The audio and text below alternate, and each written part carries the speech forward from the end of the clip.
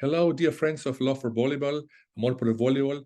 I have today the honor to talk with an North American player, volleyball player, who was born in Albania.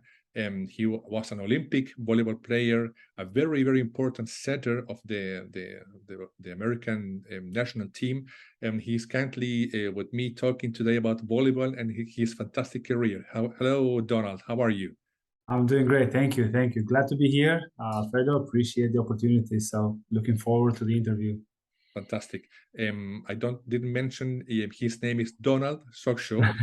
He was born in Albania, and after this he played in United States. Please, Donald, first of all, tell me your story. When and why did you start playing volleyball, and where?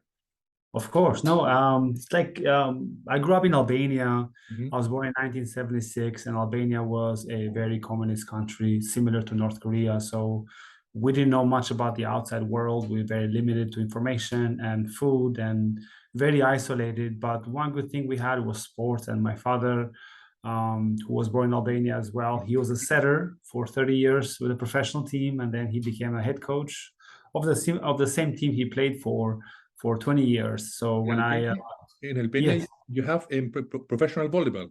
correct. Yes, we did have a very good league, very good national team we had, in communism, and every professional team had young teams. So my father actually put me to soccer first for 3 years. I started playing soccer and I grew tall, and then he saw that I was fast, I was tall, and he decided to add me to volleyball. And he asked me one question when I was young. I think I was like 11 or 12, and he said, like, hey, what would you like to become, a setter or a hitter? And I said, oh, I like to hit the ball hard, it's fun. Every kid wants to do the same thing. But he said something very funny. It's like, can you tell me how many good hitters we have in Albania? Because we didn't know the outside world. We knew a little bit of Russia, China, but not much.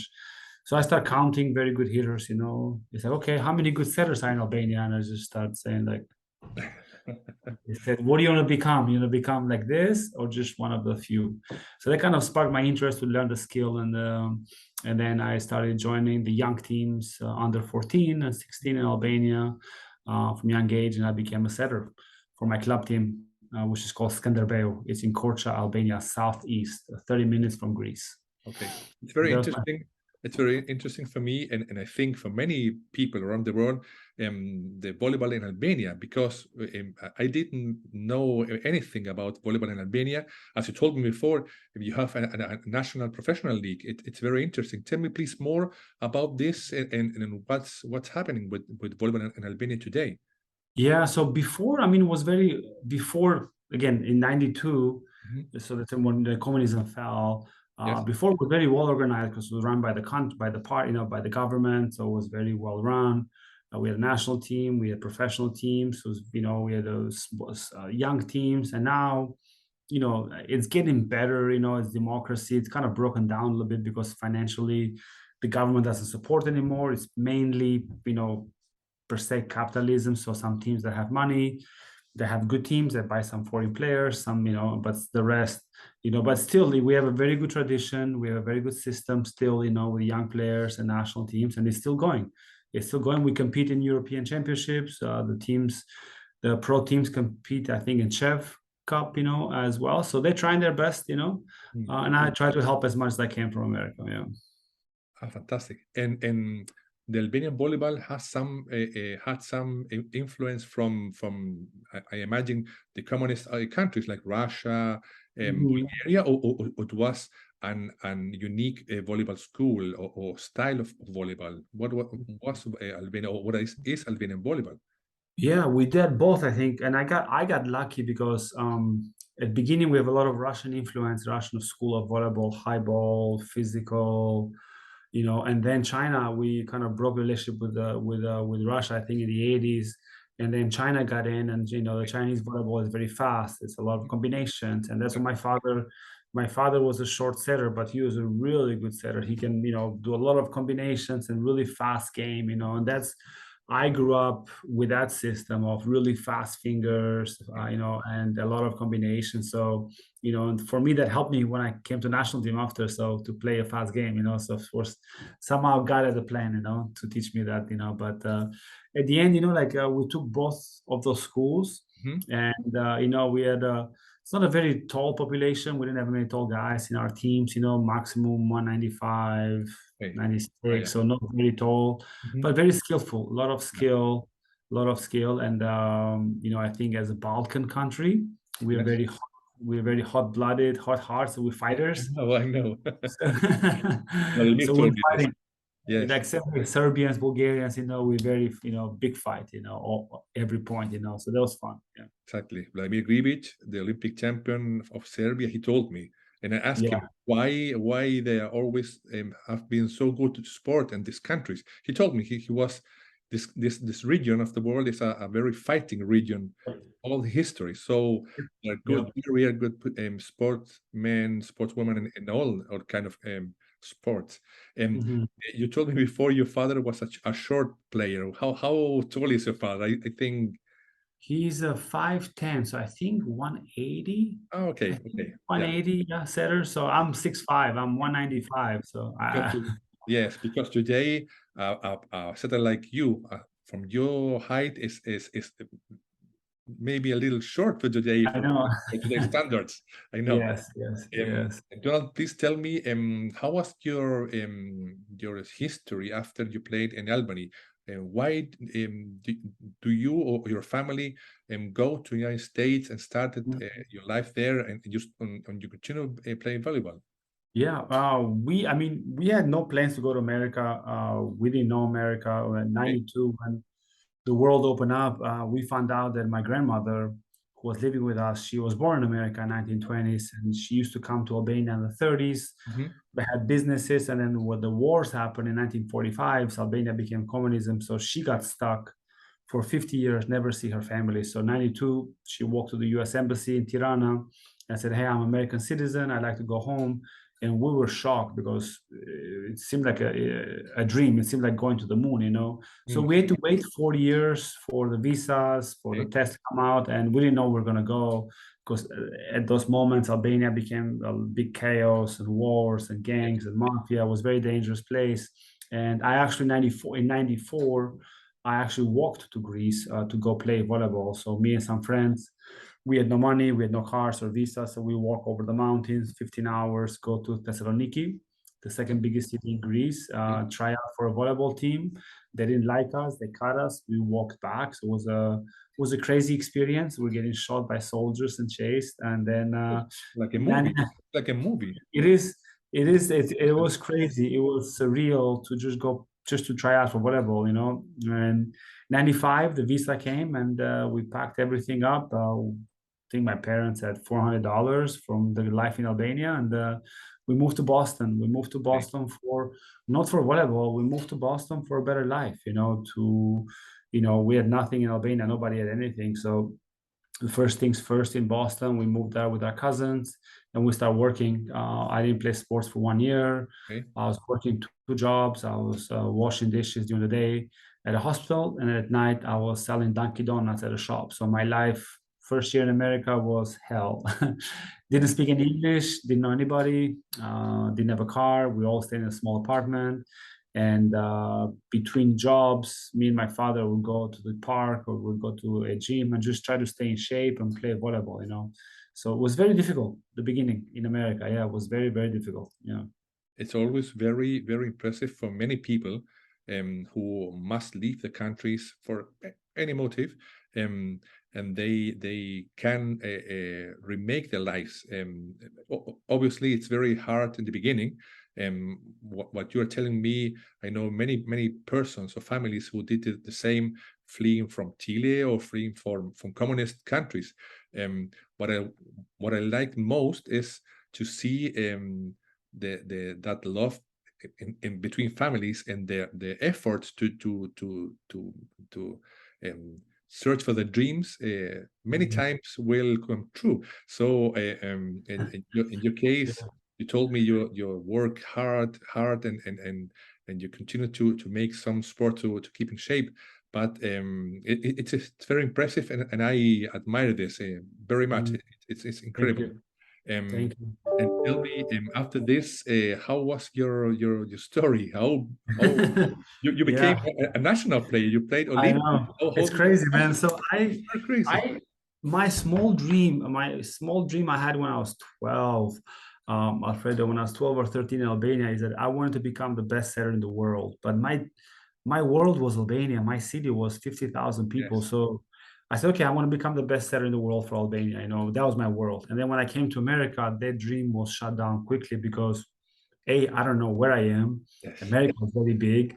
So America is the best in volleyball. So my dream was to survive, you know. But after 1 year of survival, I got really sad. I said, you know what? I'm 17, 18, the peak. I'm in good shape. I want to play volleyball. So I started walking to the local high school. I started walking to the local YMCA, local college. I said, hey, I need help. I want to play volleyball. They keep asking me, who are you? What do you do? Everybody said no, except one high school said, okay, come to practice and just, you know, shag the balls, just help us with practice, you know, stay on the back, you know. And I said, I scored big, you know. So I went to this high school and I'm just really helping with the balls, you know, and the level was very bad. So one day the coach, one kid was injured. So the coach said, hey, come and take his place, you know, can you play a little bit? I'm like, a little bit? I'm like, I'll play forever if you want to. So, you know, that's when I start playing, you know, I start touching the ball and get back into that passion and the love of the game, the parquet, the ball, the competition, the sweat, you know, and that dream kicked me in at that moment. I said, there's no way I'm going to watch this anymore. So that opportunity I had at a high school, the coach looked at me playing, he's like, wait, you're pretty good. You're not so bad, you know. So I couldn't go to the high school, but you know, the coach introduced me to a university in Boston called Harvard University. So it was a very prestigious, one of the best in the world for school. But I didn't have the grades, I didn't have the certificate. But the coach, it's funny how life goes, and I guess the world of volleyball. In 1992, I was playing junior national team of Albania, and we were playing in Turkey, Kutaya, Turkey, and I got an award as a best setter. The coach of that team, Turkish guy, had moved to America and became the coach of Harvard University. So when I walk in the gym, incredible. Like, I know you. I know you. What are you doing here? You know. So he was very excited. I spent 3 months just practicing with Harvard, and then he said, "Look, I'm going to help you." So we start calling every college in America. Everybody said no. They don't know me. I don't play high school. I don't play club. I don't have a video. I don't have nothing. You know. So one university said yes. It's like a business. You know, you call 100 people, one said yes. And that was University of Southern California, which was the best in America. And the coach comes to Boston, watches me try out for 2 days, and then he gave me a full scholarship. And my life went from communism to chaos to walking up the mountains to washing dishes to USC, you know, in like 3 years. You know, it was pretty crazy. Incredible. And that's when at that university, that's when I started dreaming big. That's when I said, there's no way in the world anybody can beat me unless I'm dead. There's no way. It's incredible. You're telling me a movie. You're telling me a book of courage, of failure, of effort. It's impressive. Very, very impressive. And it took everything, from my parents to my cousin, everybody chipped in. You know, as you said before, it's a family effort to survive and to fit in, and the culture difference. I mean, it was crazy. Like, you know, like the language, the people, the style of life, the speed of thought and process. It was very hard at the beginning, you know, but sports and volleyball got me out of trouble. So I love the sport. Yeah. I mentioned many times when I speak with players like Vladimir Gribic from Serbia, or Alexander Savian from Russia, Paolo Toffoli, Italy, I don't know, that volleyball or sport has a unique language. We can communicate even if I don't speak Spanish, Japanese, or Russian, or I don't know. And we can communicate. It's hard, but we can communicate in volleyball. Have these things, and the teamwork, the respect of the the rival. Yeah. We don't have physical contact as rugby or soccer, but we have a very, very beautiful sport. For me, it's the most beautiful sport in the world. It is. It is. It is. It And please tell me, Donald, you were in Southern California. Yep. How was your career from this point? Yeah. Was it possible that you play after this one in the national team? It's crazy. It's a movie. It's crazy. It's I got lucky. It's a movie. I got lucky. My coach at USC was Pat Power, so he was an Olympic champion from 1984. Impressive. And so I'll send you a picture. When I arrive at the office, he has a picture behind me. I take a picture with the coach, and behind me is U.S. Olympic team. It's it's a USC Olympic team, and then he said, "Hey, maybe one day you can be you can play for the Olympics." And I said, "Yeah, coach, sure." That's crazy. No, but USC, it was a great school. They had a great volleyball program. I've never seen kind of those conditions. You had everything from sponsored by Nike to nutrition to weight room to I said, man, here I'm gonna, I'm gonna thrive. So 4 years I became the captain. I was #1 player in the world from university. I became the player of the year 2 times and then All-American. So I had a great career at USC. We didn't win it. We lost the national championship, but in 2000 I finished 4 years, and my goal was to go play professional in Europe to some teams. But then my coach Pat Power said, "Hey, have you thought about maybe trying out for the U.S. Olympic team?" And I said, "No way. I said, I got lucky. That is not so much. That's crazy." I said, "No, but just try out. Just." So I called Doug Bill, and Doug Bill said, "Okay, after Sydney Olympics, come to the gym in September of 2000, and we'll take a look at you. And if we like you, you stay. If not, not."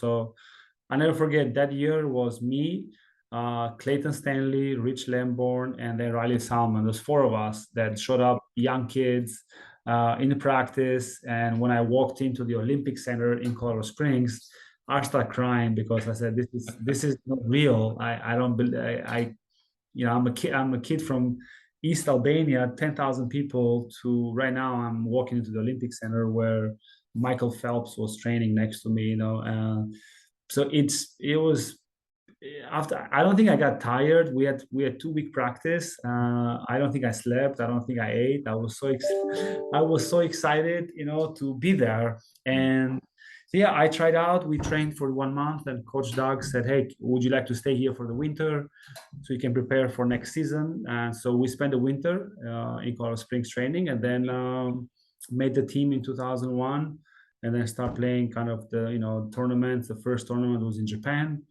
We fly in Japan and we put our hand here, USA, and man, oh man, oh man, I was flying high. Yeah, I was flying high with tears. I was crying. Yeah, absolutely. It's really impressive. Yeah, absolutely. And how was it for you to play at that level with those fantastic and great players, to represent United States and to play well, and to be the setter, and to be the most important, I think, position in the game? How was it for you, and how do you manage to prevail and to overcome less injuries or many tough situations? Yeah, I mean, that's a great point, especially in America, because every summer we get new players, hundreds of players that come in to try out better, bigger, stronger. But 2 things, I think first, when you get exposed to international volleyball. So I remember my first summer with the USA team, we playing Serbia, the Gribic brothers, we playing Brazil, Giba, we playing Italy with Faye and Sartoretti, and we are a young team and we are getting killed like 3-0 very fast, right? Cuba, when Cuba had everybody, Angel Dennis. So the first summer was like, wait, what? Like, we thought we are good. This is a different level of competition. So it was pure competition, so we realized that we had more work to do than Brazil, and Italy, physically, mentally, also spiritually. So for me, what worked really good, I had a lot of fire being a Balkan. I was a lot of fire, and the American style of play is very confident. We believe in slow and steady, not high emotions. It's all about the next point. It's all about our team. There's no blaming. There's no shaming. You don't point fingers.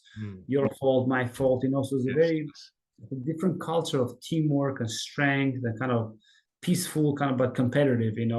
About the next point. So I was able to shift the mindset really quickly from hot-headed fighting, which again, Coach Doug Bill helped me to transfer that. Hey, you have this incredible energy, take that and use it for the skills. So, jump higher, score more aces, block more balls, cover more, set better. Like, when people get tired, you have better legs, go set better. So I was able to shift that energy to my skills and implement the American mindset, of never giving up, never blaming, and it's always about the next point, and that's, I worked on that every day, and I was able to make the Olympic team for 12 years. It was incredible. And then when we beat Brazil, when we start beating, Serbia and Italy, and then it becomes more fun, Yes. So yes, yeah. I find it every time very interesting what you're saying about the American mindset, the American way of playing sports. I ask sometimes, Coach, clearly, why the American trainers or why the players in the national team never shout to each other, because as you told me, the Serbian were very hot-headed, the Brazilian, the Cubans. I remember, for example, Nikolai Karpol, the woman Russian coach, he shouted like an animal. Bernardino from Brazil, very, very, very maybe the Latin way of making things. But the American coaches, I remember Doug Beal, Marv Dunphy, Karch, I saw the time offs of the game, and they talk very slowly, give some instructions, and come on, we can do it. But never I saw this difference or this fight from the other countries. Do you think it's two things. It's culture, it's the way America is built. It's built on competition. Yes. It's life here is very competitive. From you wake up to you go to sleep. This doesn't matter who you are. I mean, I came from Albania and I became the #1 setter in the world and Olympic team. So it doesn't matter who you are, and that's a mindset. We don't care who we play. I don't care who's on the other side of the net. It could be Brazil, Russia, Cuba. It could be all together. It's about us first and then them second. So it's a culture thing that's built on competitiveness. Is life and culture here is built on being accountable. So hey, this is your job. Like, you got to do your setter, do your job first. You think only about setting. Don't let other stuff interfere in your head or in your skill set. Let the hitter be a hitter. Let the libero be a libero, So don't become everything. Become the best you can be at your position, because that's the only way you're going to help the team win, And then thirdly, our practices were war. I mean, like, our practice were from first moment to the last moment, competitive, accountable, positive, but it was like a lion show, Like, so when the game came, we're all confident in our skills and our mindset, And we, from the first time you join the national team, emotions are left out the door. Okay. Once you get emotional, it's kind of like, okay, take a deep breath. Next point, there's no, it's not allowed. You have to learn that skill quickly. It's just, again, Americans, we are here because I consider myself American now. I lived here more than a lot of research and study of why, scientifically proven why these emotions don't work, why you should shift them to this, and how this situation is going to hurt you or our team, So it's very well studied, well put, result driven, and then performance based, So for me also, it has been all my life a very big question, or I don't understand why in United States you don't have a MBA of volleyball, you don't have an NHL. Why it is so? And I think, or have read or listened to some coaches or volleyball players from the United States. about the importance of college volleyball in United States for women and boys and men. It's a very big league or big institution. All the college, the university volleyball, the school volleyball, it's very big. I could interview some persons who have academies in different states in the United States from to give the children the opportunity to play volleyball, and after this to become a professional in studying and playing for the colleges. Even I interview a Chilean, a girl, he's 19 or 20, he plays in the United States. He told me this, that the university in the United States gives so much importance to sport. So I understand this, but I don't understand why you don't have a league like the NBA or the hockey or the American football. It's simple. liberal. It's simple. It's very simple. Why not? It's capitalism.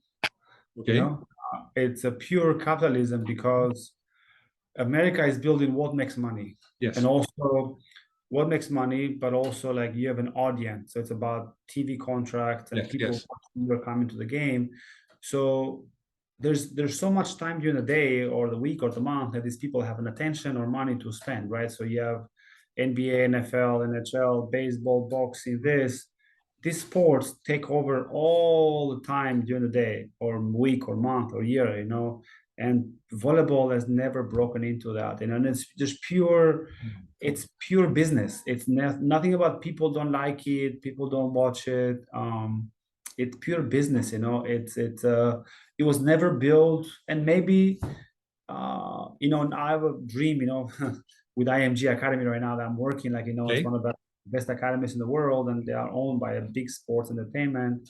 It's how you build a business plan, you know, how you, you know, I think nobody, for some reason, even beach volleyball, even indoor in America, they've never really figured out the formula of business, how to make volleyball profitable, you know. So I think it has to become, like, you know, right now, FIVB, started this program with Finn Taylor, you know, volleyball league, you know, they had a venture capital firm, professionals came in, they saw it.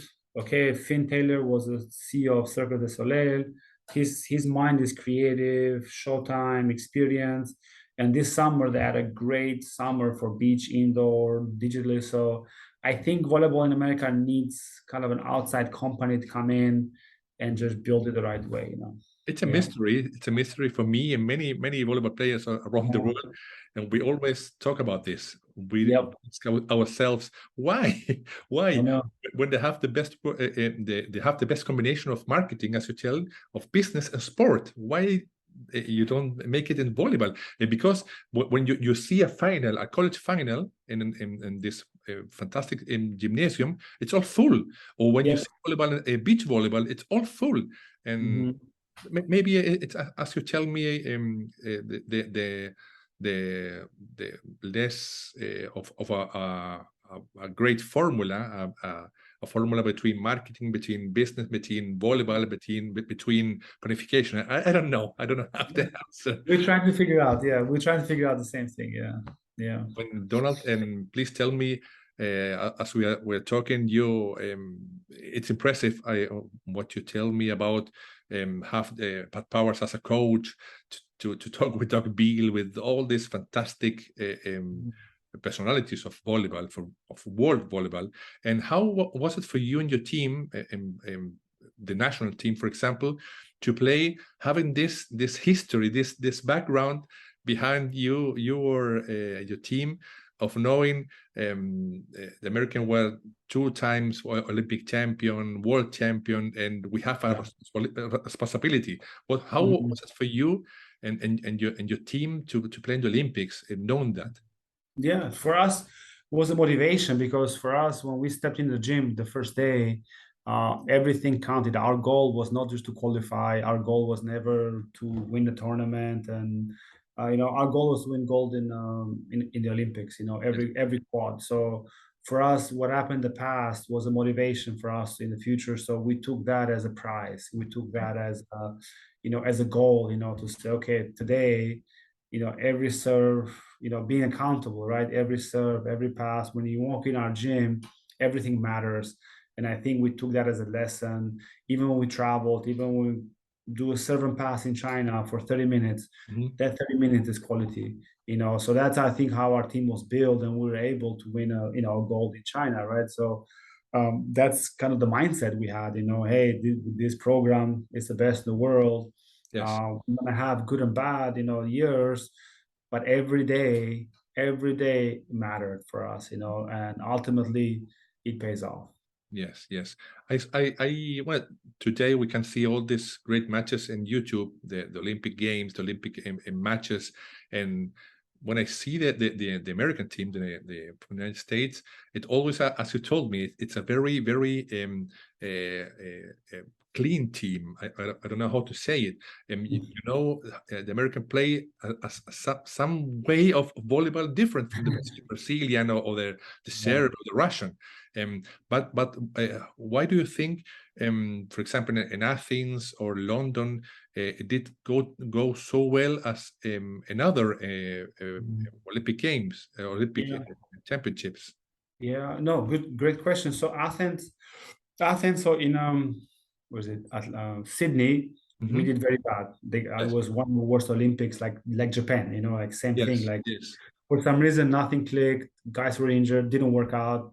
So it was a fresh blood. So all the guys in Athens, maybe one or two, were from Sydney. So we were all young. Yes. So Athens was a team of youngsters that we went to quarterfinals against Russia. Russia was very experienced. We just didn't have it. They were here, we're here. When we got back, so the true story of that journey is the second quad. When we got back in 2005 and Hugh McCutcheon became a coach, we sat down and we made a plan as players and as coaches. Okay, how are we going to win gold in China? And I have a kind of a mission statement. Okay, guys, how are we going to win? Gold in China. And we wrote down a mission statement as a team and said, hey, 1, 2, 3, 4. This is what we're going to do every day, every summer. We all going to hold each other accountable. You, me, you. Because we know when we go to China, we're going to win gold, So that's how China worked really well. I got injured before China. I ruptured the Achilles. Exactly. I was the captain, and I was playing in Italy for Velasco, which is crazy. Another, legend. And then London. What happened in London was unfortunate. People don't know. Clayton Stanley was injured during pool play. When we played in Russia, we were winning 2-0. We should have won 3-0, but Clay jumped and twisted his knee. So his knee was swollen this big, and against Italians, in the playoff, to go to the semifinals, he was injured. Nobody knows that, and he couldn't hit as hard. He couldn't, and he was our motor, And then what's interesting, human psychology, like human beings, like 8 years, our team, with the same team, maybe one or two guys, right, in China, we trained so hard to win gold, right? And we did. They did, I didn't, right?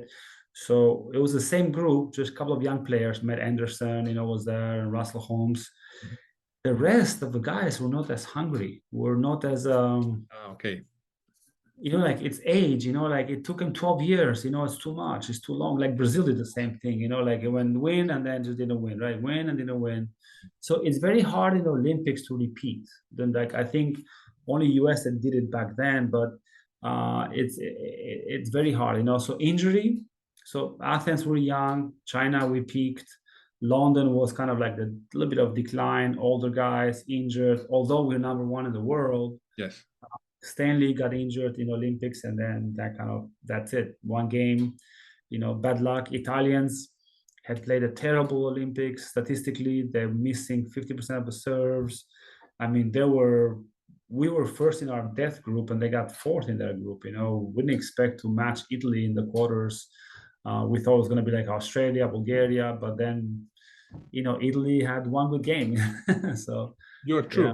London were a strange Olympic for volleyball.